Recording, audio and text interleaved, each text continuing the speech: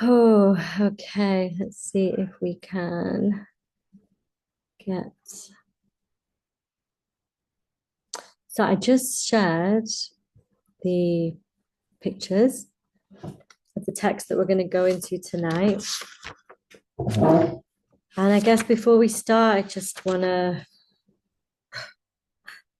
just acknowledge the very challenging day that we've all had, especially our brothers and sisters in Australia. And so I want to dedicate this class to a refuah shlema for everybody that was injured.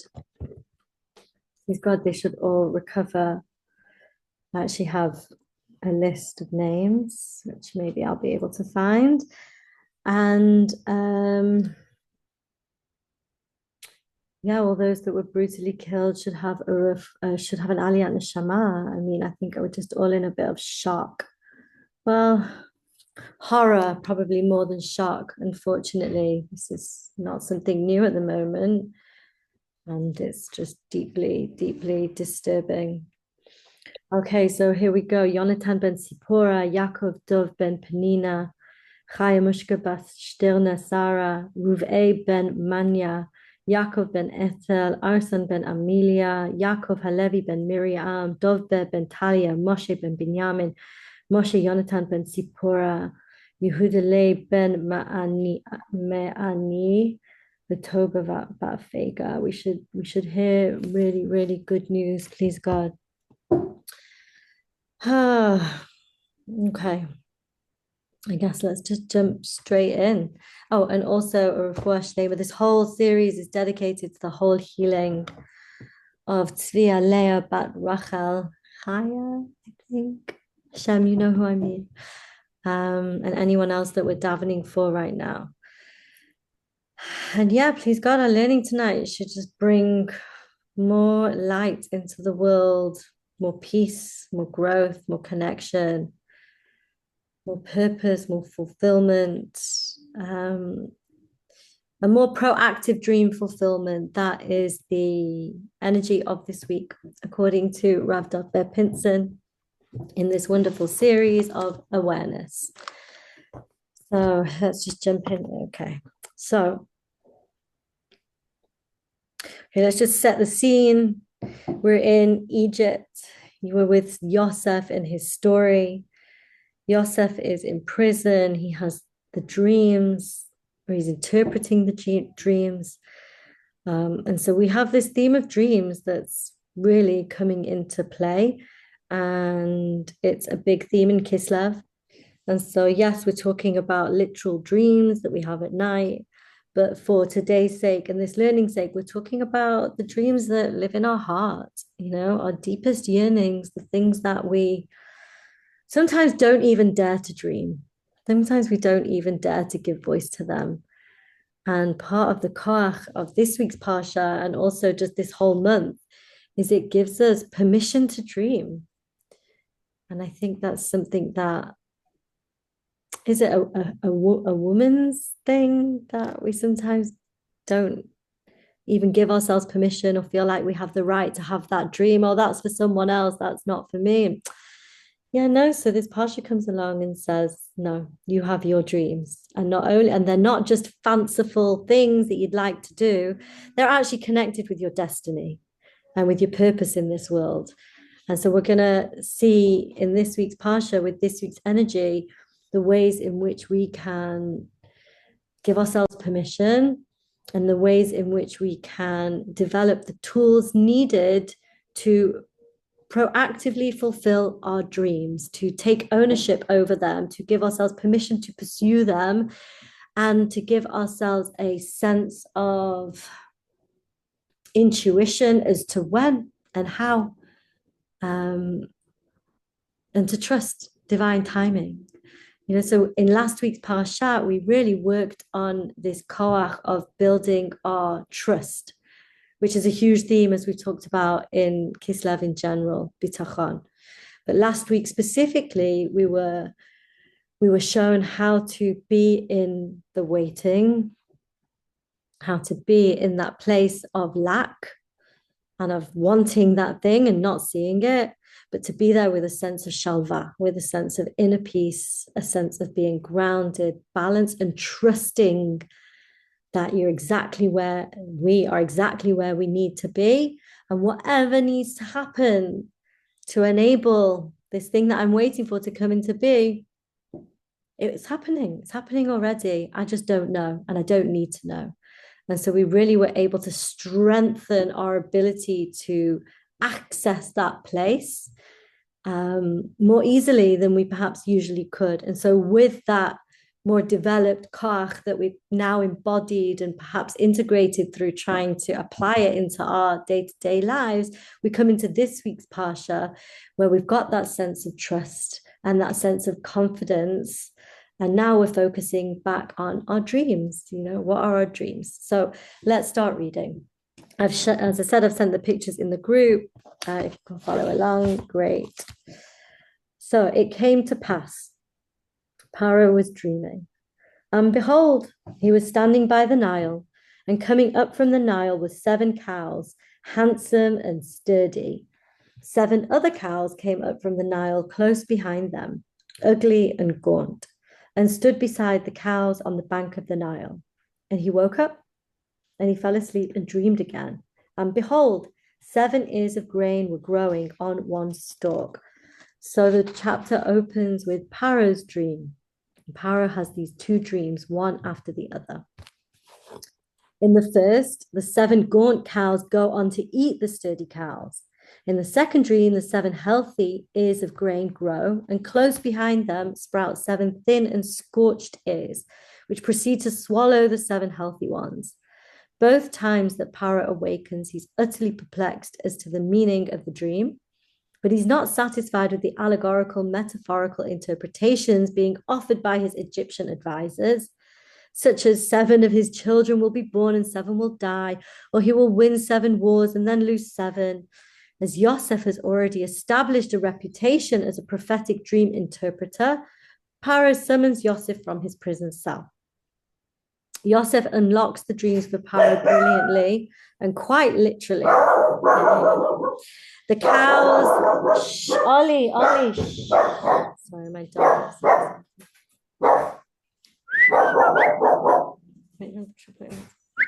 Come. All right.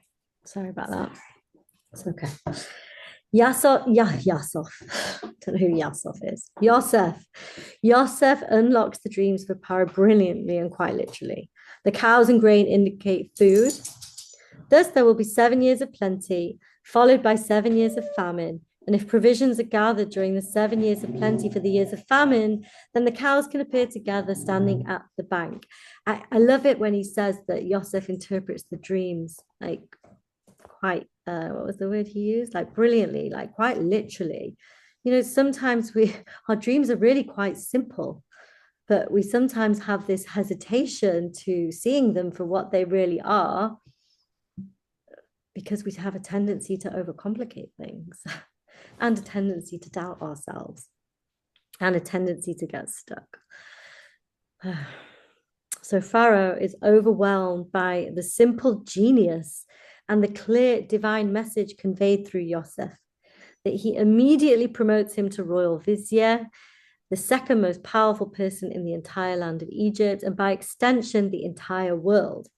Miraculously, he's risen from being a convict, long forgotten in a dark dungeon, to the demi-ruler of the most powerful civilization of the time. So if we remember last week, Rav Pinson refers, not necessarily in this book, but in his broader teachings, he refers to the pit and the prison as these wombs of gestation. And we can apply that same terminology to the process that our dreams undergo. That it's not necessarily that we have a dream and, oh, it's going to appear straight away. Of course not. We know that's not how it works. And that there's a real need and a real calling that this Parsha enables us to integrate, to take our time, to really have patience with it, and to accept that, maybe right now isn't the time for me to be pursuing my dream, and to really tune into when is the right time. So puzzlingly, he does not take this opportunity to send a message to his father that he's alive and well. Many years earlier, Yosef himself had two dreams, like we learned last week. And these were dreams that indicated to him that he was destined to become a powerful ruler. So we know that Yosef really believed in his dreams, like he didn't doubt them. And that was what gave him so much koach to be able to wait. He just had this really simple trust and faith in God. Like, you've told me, you've explained to me through my dreams what my destiny is, and I know it's coming. And for whatever reason, this is the process I'm going through. It's super simple with Yosef. And in fact, Yosef is compared to more feminine aspects of our, being, of our spiritual self. Let me see what it said in my notes. It's really a beautiful way to write that he's this feminine archetype, because he shows us what it is to be receptive, to really receive the signs around us and to receive what's happening in our lives. He has this like emotional intelligence where he can really connect to people and what they're going through and speak to them on the level they need. And he also has this inner maturity that came from this trusting and this patience, and the growth that was able to happen when he was able to be in those states, being trusting and patient and surrendering to what was, without that sense of urgency. He was able to really just hold the vision, hold the prophecy, hold the hope, hold the dream, and wait and see what happened. So through Paro's two dreams and his interpretations, his own dreams were realized and actualized. So that was the process that he really needed to go through in order for his own dreams to be realized, was through interpreting somebody else's dreams. You've heard the Torah about don't tell somebody who doesn't love you your dreams. Only somebody who's going to interpret a dream positively.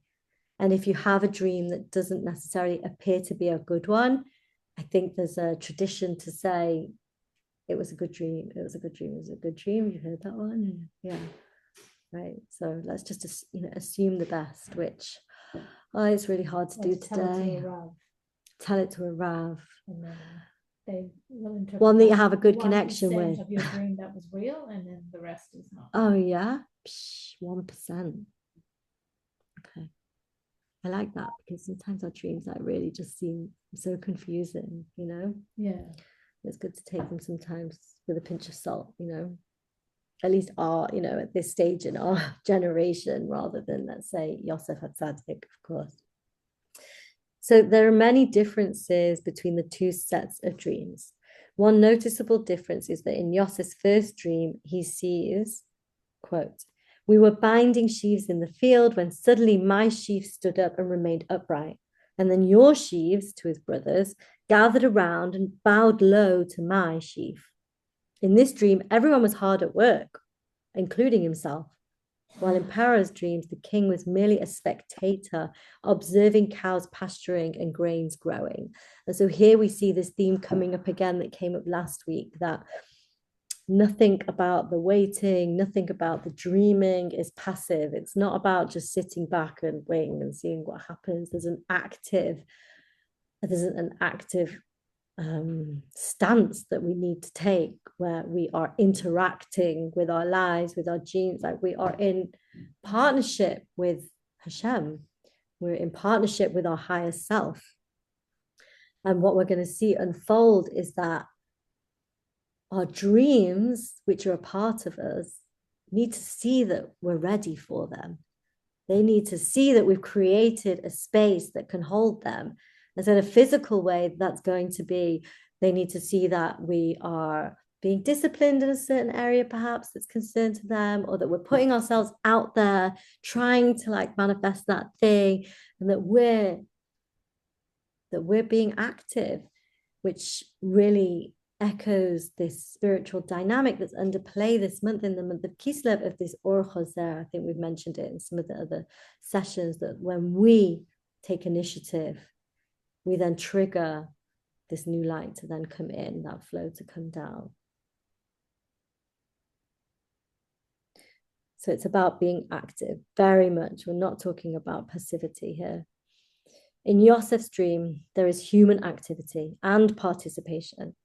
But being a spectator or participator in life can be the difference between kedusha, holiness, and the opposite, the way of klipa, impurity, and the other side. The true, lasting, and eternal gifts of life, the ones that are appreciated and truly a blessing in our lives, are those we worked on achieving, not the ones granted to us by birthright, inheritance, or a lottery. Right? Like if we think of the Birkat Hamazon that we say after we've eaten bread, one of the blessings is that we should be able to earn a living without shame, right? That we, and if we give charity, the highest form of giving charity is, giving somebody a means to which they can then look after themselves. So we know, like, this is a very Jewish theme. We've been created to be creative. We have been created to be active, to do stuff, right? The Rabbi, like, just do more. I always get a bit intimidated by that, a little bit. But I really think of another Rebbe's teaching where it's like every little thing counts. Don't not do that thing because you can't do. Don't not do X because you can't quite handle Y and Z. Just do one little thing, And I think at the moment, Dafka, with it being this first night of Hanukkah, just light that candle, light that candle. Okay, moving on. Okay, so to receive sustenance or benefit without earning is called bread of shame. For in the end, it brings an unholy sense of unworthiness and even resentment towards the giver, which I think is just a window into how sensitive our ego is. Like it really, our ego really is that sense of ourselves that really needs to establish itself. There's something very worthwhile, important, and essential about that. But can we, right? It's like that paro. But can paro be the transformed paro, where we're taught, right? I don't know who brings it down, but there's the idea that paro is our Yetzer Hara, but paro is also this inner voice that is the king in the story, at least, right? And that Paro is the one that is that part of ourselves that gives us permission, to dream our dreams and to go for them, and to know that we have everything we need to pursue that path. So to ensure that what we receive is holy and not the opposite, even when we do receive a free gift from life, we need to ensure that we then invest and use that gift to fuel or motivate greater avodah. And I love this definition that he has for avodah, which is the Hebrew word for work. But when we're talking about it in terms of personal growth and spiritual work, he says that it is, I'm just going to mute. If I have to that it's the spiritual, mental, emotional, and physical work. So it's the work that we're doing on all these different levels in an aligned way. And so alignment is really the key, right? It's that knowing, that sense, that feminine sense of intuition of knowing when I feel aligned, when I feel in flow. And the more that we work with this material, the more that we're like conscious of the fact that I have a dream and I'm working towards it in this process, and the more attuned we are to when those different elements are aligned and when we can really receive. So as a young lad, Yosef is destined for greatness and leadership. He's gifted with the sparkle of beauty, and he automatically finds chen, grace, favor, and charm in the eyes of all he meets. Despite the fact that all this seems to be his birthright, in his dream, he's an active participant in the work in the field, actively engaged in his own story and not a mere recipient or spectator. Right? So whilst life carries him along and puts him in these horrendous situations, he's actively awakening them, like, okay, what should I be looking for? How should I respond to this? And it's never with despair. It's always with faith. And it's always with this inner vision, looking for the openings in which he should then engage and respond and trust. Back to the trust. So Yosef's dreams of leadership are realized when he is asked to interpret Paro's dreams and rises to the occasion. And not only does he respond by participating, but he takes his role a step further and offers advice on how to save the Egyptian people from starvation. So if during the 7 years of plenty, hinted at by the 7 handsome and sturdy cows, Paro would gather enough produce for the 7 years of famine, hinted to be the 7 ugly and gaunt cows, his kingdom will survive. So in Paro's dream, the 7 ugly gaunt cows stood beside the handsome and sturdy cows on the bank of the Nile. And this represents a merger between these two sets of years, the active years during which they will work to save up for the famine, and the more passive years during which they will receive and eat the grain in the storehouses. So he goes on to talk about Yosef's, like, I think Rabbi Shlomo called it holy chutzpah, that a lowly prisoner giving advice to the mightiest man alive is a bold act. And what enables Yosef to act in that way, or what enables us to channel that holy chutzpah, is when we really feel like, I'm meant to be doing this, and I'm not doing it alone. I'm doing it not even for myself. I'm doing this for a greater purpose. I've been put in this situation for a reason, and it's my time to act. It reminds me of Queen Esther in that moment where Mordechai says, like, it's you do it. And if you don't do it, God will find another way. But this is the best way. So perhaps in other circumstances, it would have cost him his life. Yet Yosef was certain that he would succeed. He would be successful. So he knew that his inheritance would coexist with his work because of how he interpreted the dream, because he could see the fat and the lean cows existing together. And so it was clearly the right time to manifest his own dreams of leadership. And indeed, he was promoted to a role of great power and responsibility. Yosef always understood that his life was a dream unfolding. And I think this is a very powerful way to look at our own lives, especially this week. Also, just as a guiding principle the whole year, that we are our own very individually tailored dreams unfolding. How exciting is that? You know, it really allows us to fill ourselves with a sense of excitement and purpose and satisfaction. So he knew at which junctures in his life he was called to make a move towards fulfillment. When he was offered a chance to stand in front of Paro, he did not shy away from making a move. Years later, when all his brothers, including Binyamin, finally came and bowed in front of him, he saw that his dreams were finally being fulfilled. Thus, he began to reveal himself to his brothers, telling them that it was all part of a divine plan and that they should bring Yaakov to Egypt so that he would not starve in Eretz Yisrael. Let's turn it on.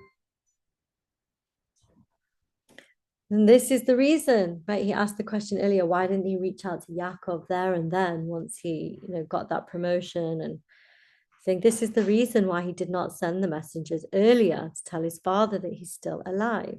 He's waiting for his original dreams to be fulfilled. All his brothers prostrating before him. As the master interpreter of dreams, he knows when a dream is over and needs interpretation, as in the dreams of Paro. And he knows when a dream is still in process and should not be disturbed, and rather should be just allowed to unfold. We can learn many profound lessons from this Parasha about proactive dream fulfillment. And so I think in our own lives, it's helpful to know that we are gifted the ability to enact that in our own lives. B'zchut Yosef HaTzadik, because Yosef HaTzadik did it. So I think when I read that, I'm like, oh, that's so much pressure. How am I going to really into that? The chatter like comes in, but no. There's this invitation to go into that silent, trusting place, into that place where we really can hear that small, quiet inner voice with our intuition. And tune in to whether the dream is still in process or whether it's time for it to be fulfilled. And there's something I think so empowering about that. This idea, at least it really hit me as I was reading the material, just this idea that we need to be patient. We don't need to rush it. I think in today's day and age, there's like, does anyone else feel that? Like, why haven't you done that thing yet? And there's a real freedom in accepting that, like, if it's not happened just yet, it's not meant to have. It gives me a lot of inner peace, a lot of shalva. Does anybody have anything that's come up for them as we've been reading, whether it's connected to dreams or intuition, or perhaps even a dream that we have in a way that we feel maybe we're not ready for it yet? I think that was what was really coming up for me as I was processing this. And I think that's a really interesting and powerful question to ask ourselves this week. What do I want to put in place that will enable my dream to trust that I'm ready for it? So maybe let's do a really short little meditation, and then we'll move into, he's just got a couple of pages on the energy of this week where he goes deeper into this idea of proactive dream fulfillment and how we ourselves can enact that and bring it into our week. So let's just close your eyes when you feel ready. Try and tune into a sense of safety. So close your eyes and just be present.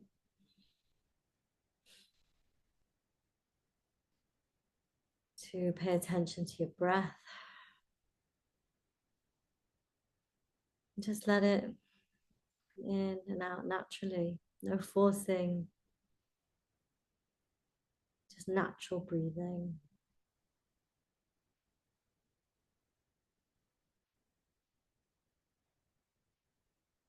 And let's just feel ourselves seated in our seat.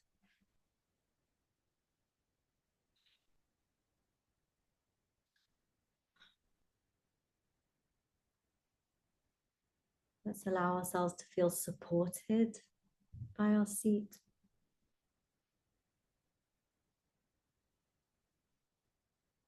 And with that, let's tune in to the idea, the teaching, the inner knowing that we are being supported and that we are held.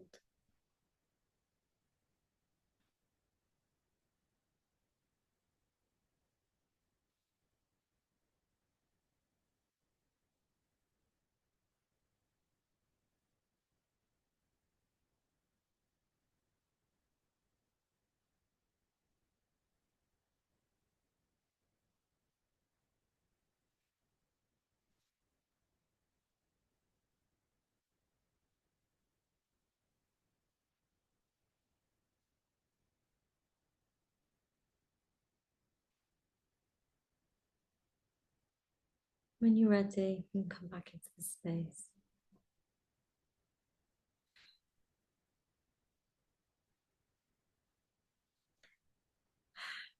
With a sense of just trusting, we don't need all the answers. We don't need to know. If you want, we can see Maya Rubbing yourself, I want to do that too. I want to invite you guys to give yourselves a hug. Feel yourself being physically held, and at the same time, feel yourself holding.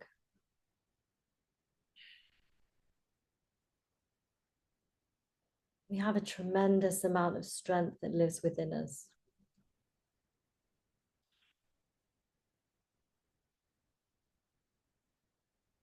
And I think now more than ever, we're really being called to draw from that place and hold each other as we move through these very, very dark, turbulent times. These times where we're really waiting and hoping to see this collective dream fulfilled. Geula, Bezrat Hashem, we should see it revealed in our personal lives and collective lives. And not give up the hope that it's happening. I listened to, I was watching some of Rachel Goldberg Poland's videos this week. And in a talk she gave in America, she referred, somebody asked, how are you so strong in the face of such tragedy? And she talked about, what did she call it? She said, it's like, I have this illogical, irrational hope that just doesn't make any sense. But it's such a natural human condition. I don't know, like an innate human ability to access that. And I think it's a very Jewish. Fortunately and unfortunately. Fortunately and unfortunately, right? I did have a friend say in a group chat, oh, if only we just didn't need to be so resilient and strong. Like, can we just be soft and vulnerable? And I think we have the ability to be both. And I think that's part of that feminine expression of being able to be soft and feminine and intuitive, and at the same time we gird our loins, right? Chagraba Ozmasnea from Ashes Chayil. We gird our loins and we face whatever Hashem is asking us to face. Okay, so let's dive into his description of the energy of the week, the proactive dream fulfillment. So last week's reading provided us with the power of trustful waiting and coming to life from a settled state of mind, from that place of shalva. This week's reading builds on that koach and gives us the strength to act and take a step forward with complete faith in our ability to realize our dreams. I think let's just take a moment and tune into that koach, that strength, that life force, that extra energy that we have this week. Thanks to Yosef Atzadik, to act, to move forward in our lives, to take action. If you want, you can bring up an image or just sense the letter Hey, which is in the final position of the permutation of Hashem's name this month. It's in the world of action, and it's showing this like open expressiveness, this ability to be open to receive. And so we have this moving forward and also receiving, as we're receiving guidance and encouragement and invitations. And we have the koach, the inspiration, and the ability to seize the moment and do that thing. We begin celebrating the festival of Hanukkah during this week, tonight. And Hanukkah is a story of a small group of courageous people, the Maccabees, who stood up to their Greek Assyrian oppressors because they had a dream of a better and a holier world. Despite all odds, their courageous action bore fruit, and they were victorious because they trusted. They trusted in the possibility of miracles. And they trusted that miracles occurred for them and through them for us. Sorry. I'm going to read that bit again. So despite all odds, their courageous action bore fruit and they were victorious. And because they trusted in the possibility of miracles, miracles occurred for them and through them for us, which is such a wild spiritual dynamic and truth, that because they trusted in the possibility of miracles, that was the thing that enabled the miracle to happen. So we can't underestimate the importance of our trusting and believing that it can and will be, even when everything on the outside is screaming at us, no, no, no.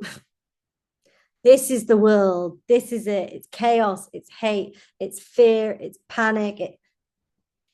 We come along with our holy chutzpah and we're like, no, I'm not buying it.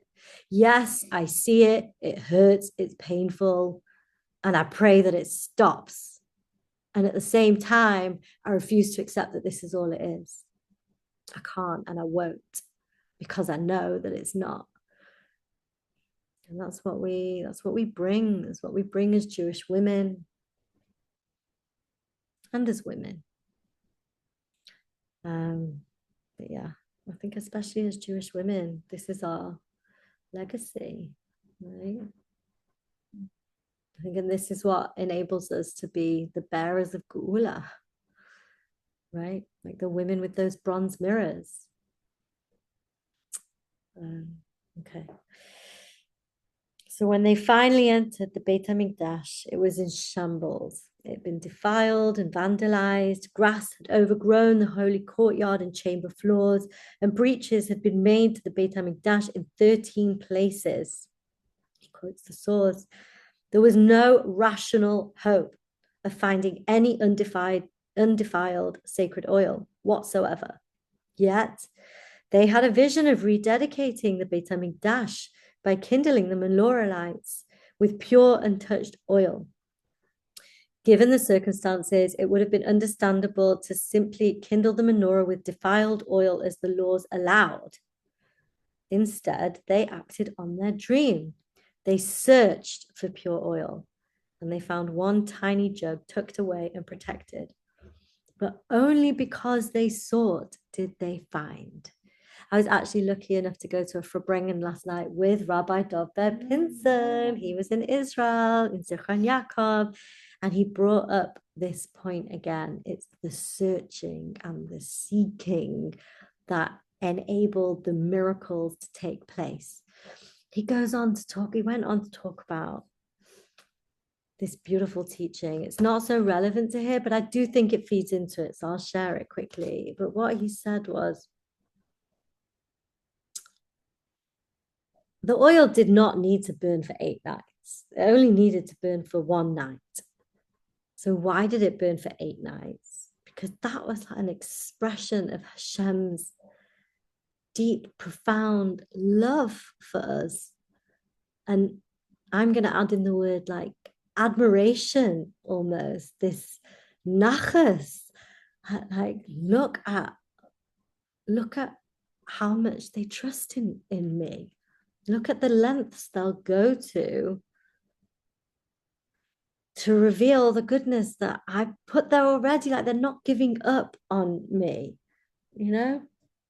Does that make sense? Like that. So he talked a lot about the preciousness of something, and how Hanukkah is this holiday where Hashem just shows us how precious we are to him, her, it, and how needed we are to this, the unfolding of this cosmic story.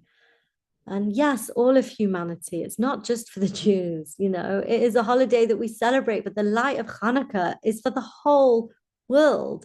This is the light, the transformational light that generates miracles, that brings newness, that reveals Geula, the Or HaGanuz.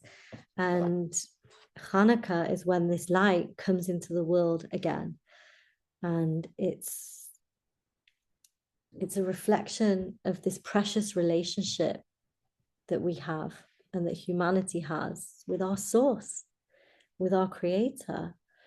And I just thought that was such a beautiful teaching, because I think it enables us to have the koach and the holy chutzpah to dream our dreams and to give ourselves permission to go there and to do that, and give ourselves the confidence that we can and do intuit when's the right time and when's not, and what's the right way and what's not. So we really all should be blessed to bring that in such a real way into our lives, and in doing so, bring it in for so many others.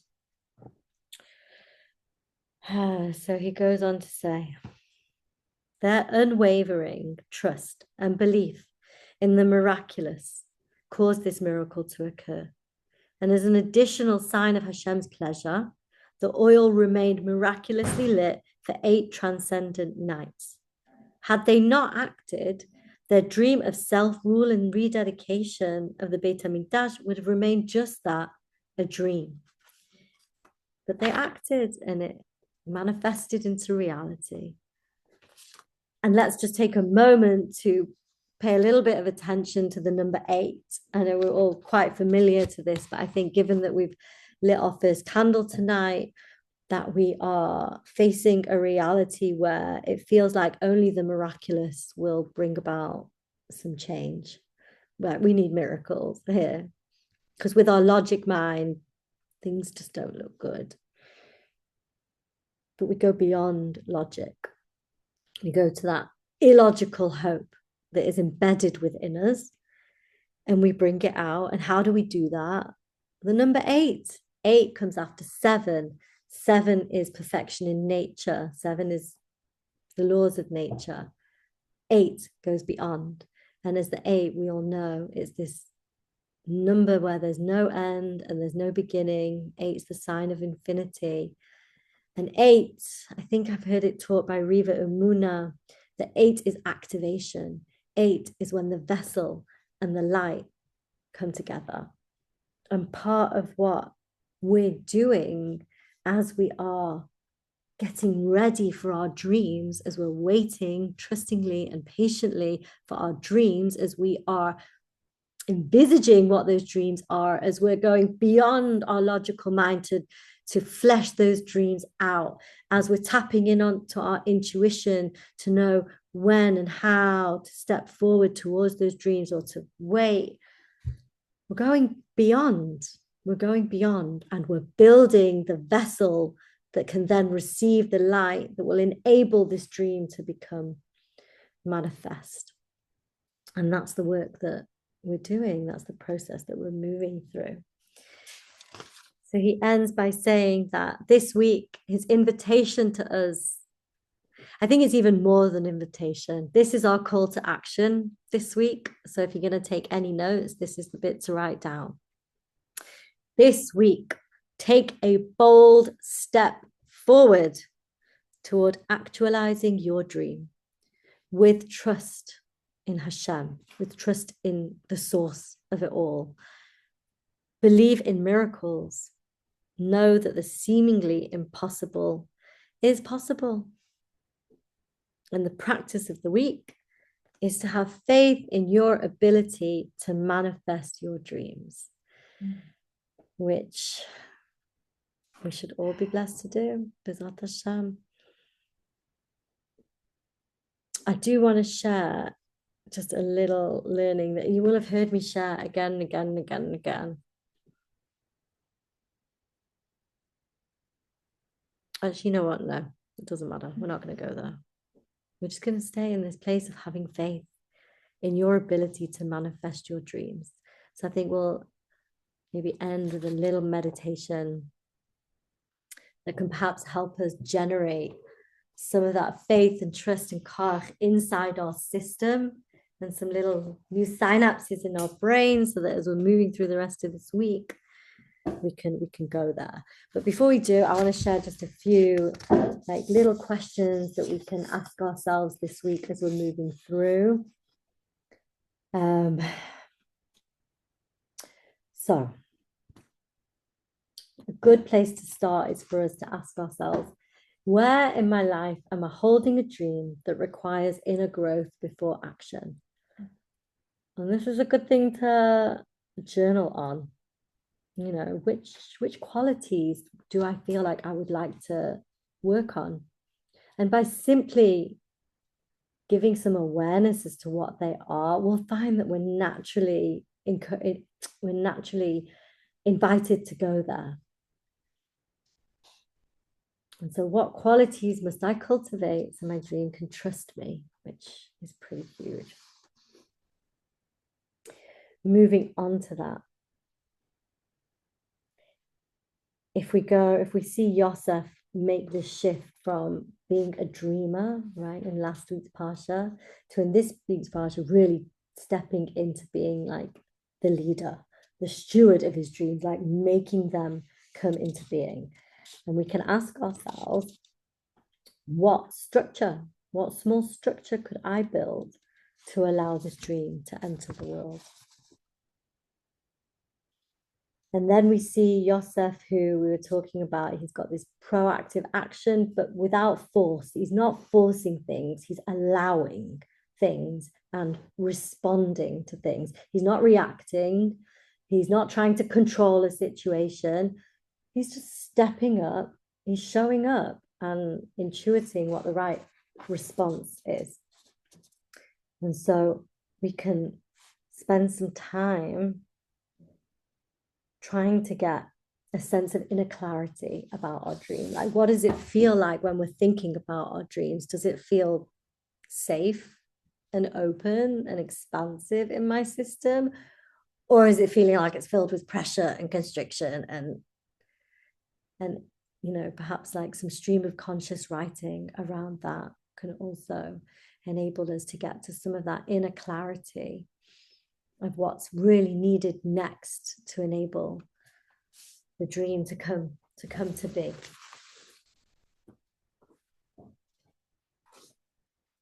The next step is really just being honest with where we're at. What stage of our cycle are we at? Where are we with our, home life and our work and our responsibilities? Is it realistic for me to really be pursuing this now? Or actually, am I better to be in the stage of dreaming, dreaming of what could be, rather than actually putting it all into action? Another question, coming back to this idea of the inner power of like, what permission do I need to give myself? Am I waiting for permission from someone outside of myself? Am I waiting for validation between taking these next steps? I think as I know for sure, I went through a stage in my life doing that a lot. In fact, probably most of my life. I'm sure I still do it now, but much less so. So, where can I give myself more permission? And then the next question we can go to is, when we acknowledge that the dream, it's not just my dream. I'm not having this dream because I'm selfish and greedy, and it's not about my ego. Yes, for sure, the ego's in there. But as Shaida teaches, if it's God serving and if it's good serving, then it will also be self-serving. So to remind ourselves, our dreams are God serving and good serving. They're not just for us. We have to enact and bring these dreams into being for all of humanity. So perhaps we can spend some time this week thinking, who's going to benefit when I do manifest my dream? Who's it going to impact? Who's it going to touch? How's it going to be of service? And that can give us more and more confidence to make those steps forward when we feel like the time is right. And then a last question to go into is like, how can I make my dreams like trust me more? What can I put into place? So there's this question that I came across when looking into the Parsha a bit more deeply. And it was,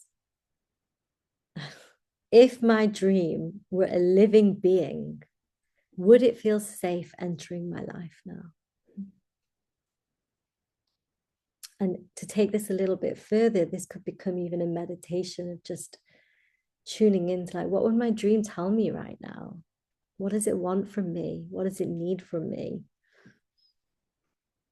And listen, So I'd be really interested to hear if anyone works with any of these questions, and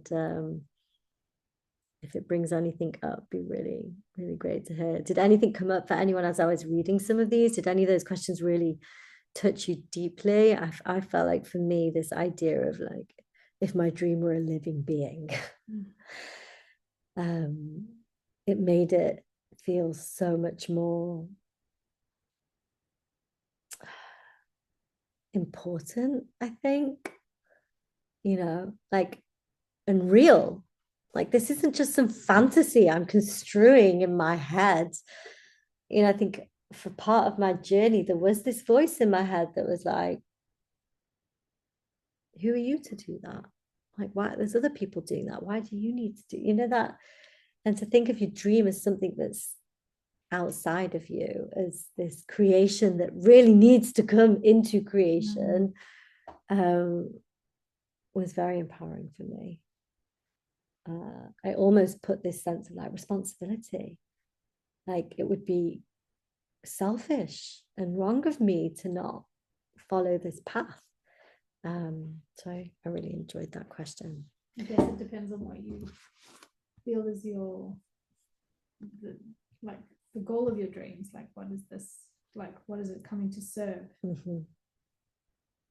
Yeah, right. So the more you pad that question out, like, how's my dream? How is my fulfilled dream gonna be of service, bring about change? Yeah, bring about more peace. Yeah, it's so purposeful and needed, really needed. Did anything come up for anyone else? I see mine said 8 is your number. Yeah, mine. All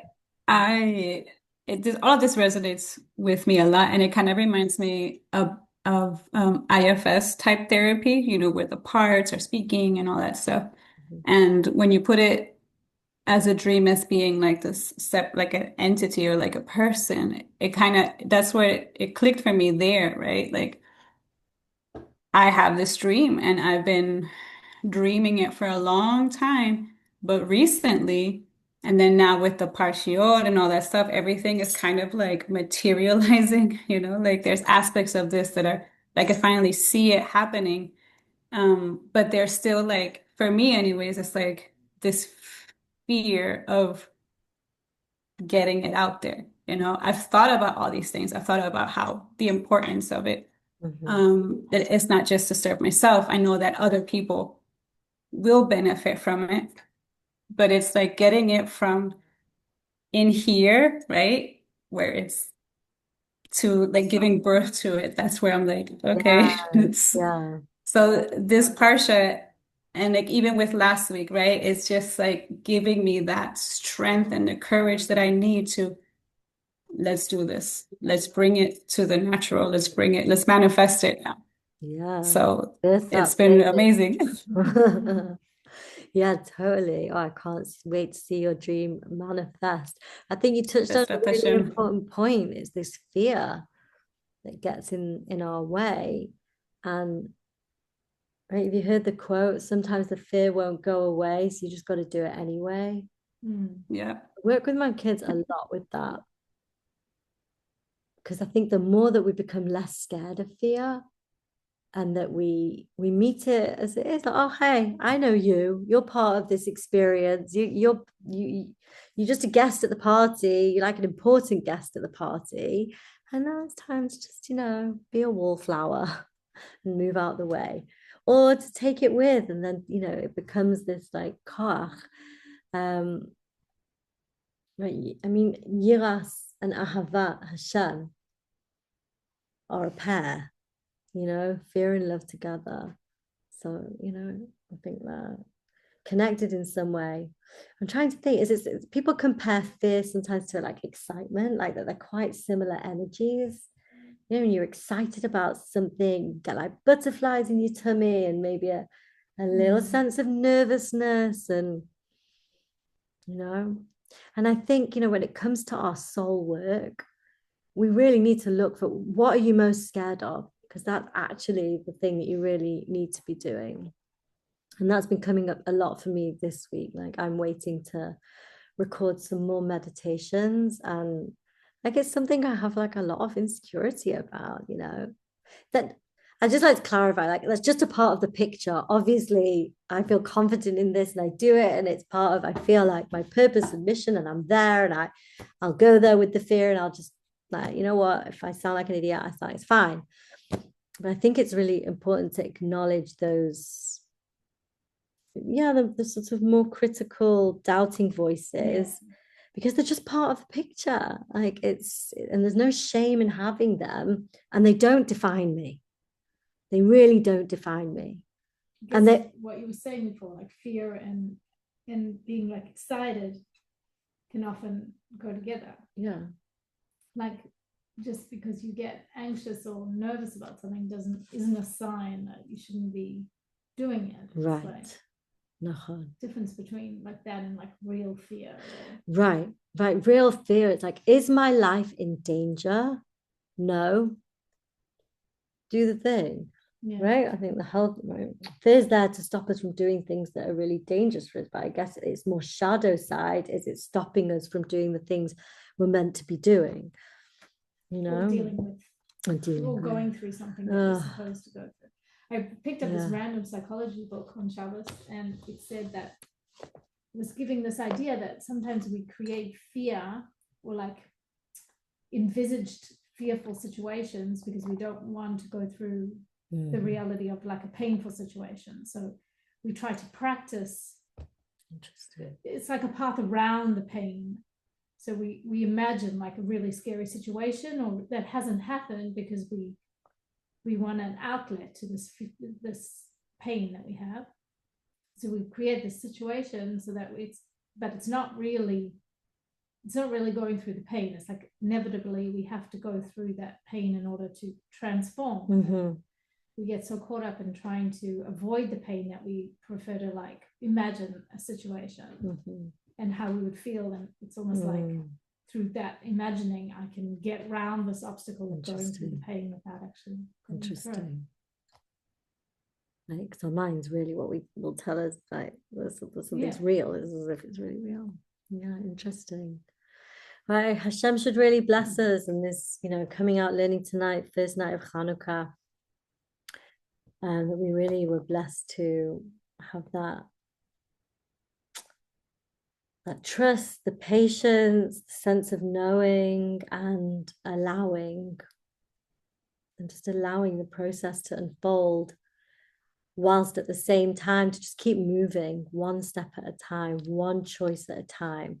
Sari Dee Schneider often says, like, she includes it in her prayer, and she's got lots of teaching around it, but just the question is, what is the next most spiritually productive choice?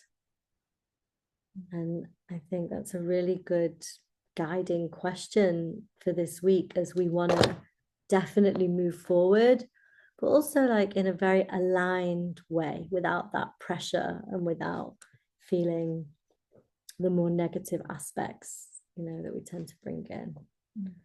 And yeah, Bezrat Hashem, everybody affected by today's horrendous attack, which I think is just all of us. We should all be comforted, and everyone that's been injured should be healed. We should see an end to these attacks, and really, Bezrat Hashem, we should experience the unity and the connection amongst Am Yisrael. And we should, please God, see more alignment, more cohesiveness, and yeah. And we should just see our enemies destroyed. Like, am I allowed to say that? You know, like evil should be uprooted, transformed into light, and in that process, anyone who's not on board should be gone. Okay. Please God. Or do tshuva. Sorry, Dee talks a lot. We should pray for our enemies to do tshuva. So Bezrat Hashem, that should happen. Ladies, I'm glad we managed to do this. I didn't know if it was going to happen, but it felt important that we should do it and just keep it moving. Yeah. So please God, we'll see you next week. And next week, is that going to be the 8th night? It's a big night. It's also Rosh Chodesh. No, it's the first day of Tevet. Rosh Chodesh is Friday night, Saturday night. we'll say a tentative yes.